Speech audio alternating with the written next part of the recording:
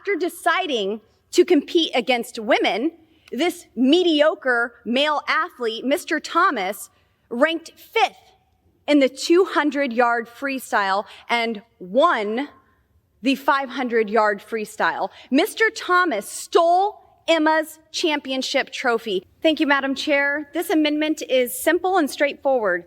My amendment simply requires notification to parents if their child's school operates, sponsors, or facilitates athletic programs or activities to permit a person whose biological sex is male to participate in an athletic program or activity that is designated for a biological female.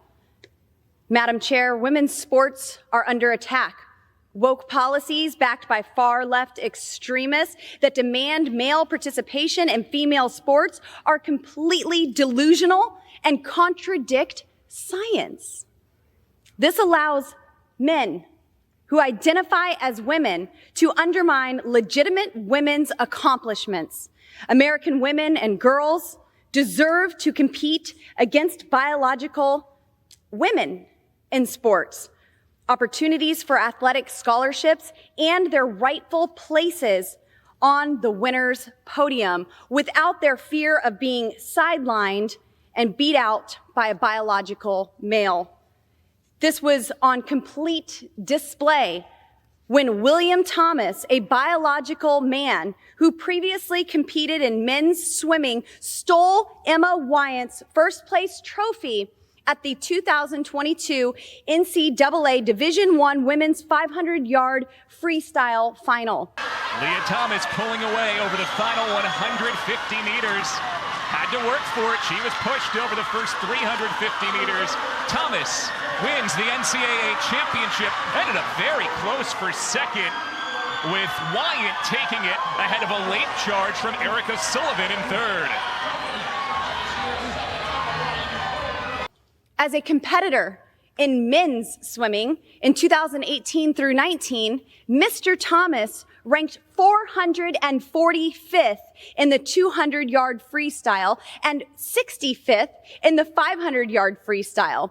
After deciding to compete against women, this mediocre male athlete, Mr. Thomas, ranked 5th in the 200-yard freestyle and won the 500-yard freestyle. Mr. Thomas stole Emma's championship trophy and took former Olympic swimmer Reka Georgie's spot in the 2022 NCAA Division I swim meet. Last Congress, I led a couple dozen members in introducing a resolution honoring Emma Wyant as the rightful winner of the 2022 NCAA Division I Women's 500-yard freestyle race. I am also a co-sponsor of Rep. Stubbe's bill, H.R. 734, the Protection of Women and Girls in Sports Act of 2023. I refuse to allow our children and grandchildren to be groomed by big corporations, schools, and politicians, and to think it's okay for men to compete in women's sports.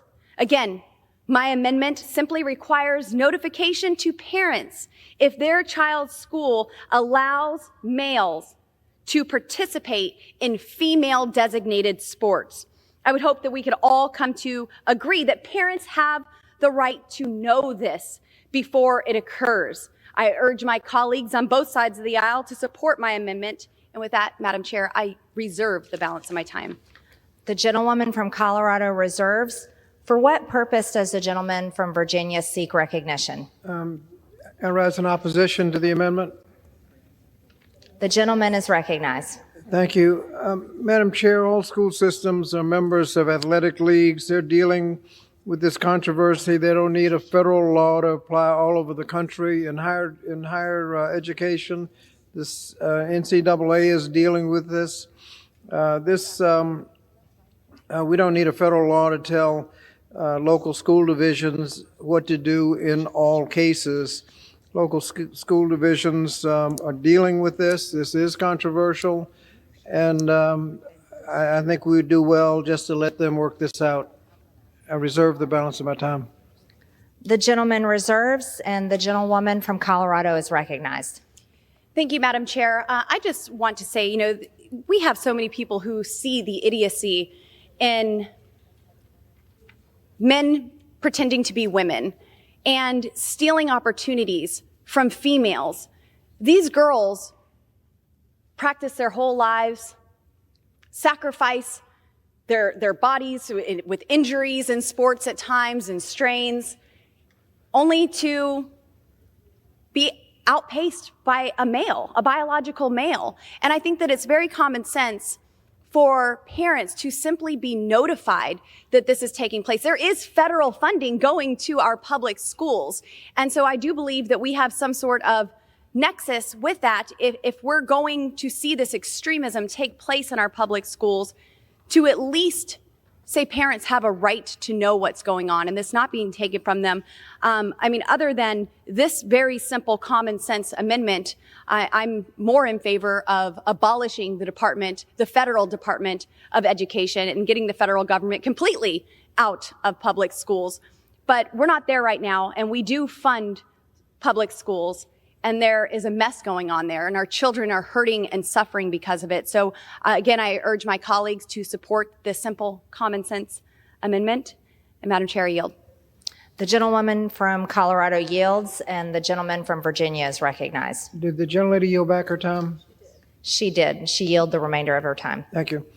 Madam Chair, as I said, the NCAA is working on this, and I just assume rather than disparage trans youth, let them work it out. I yield back the balance of my time. The gentleman yields. The question is on the amendment offered by the gentlewoman from Colorado. Those in favor say aye. Aye. Those opposed say no. In the opinion of the chair, the ayes have it. The amendment is agreed to.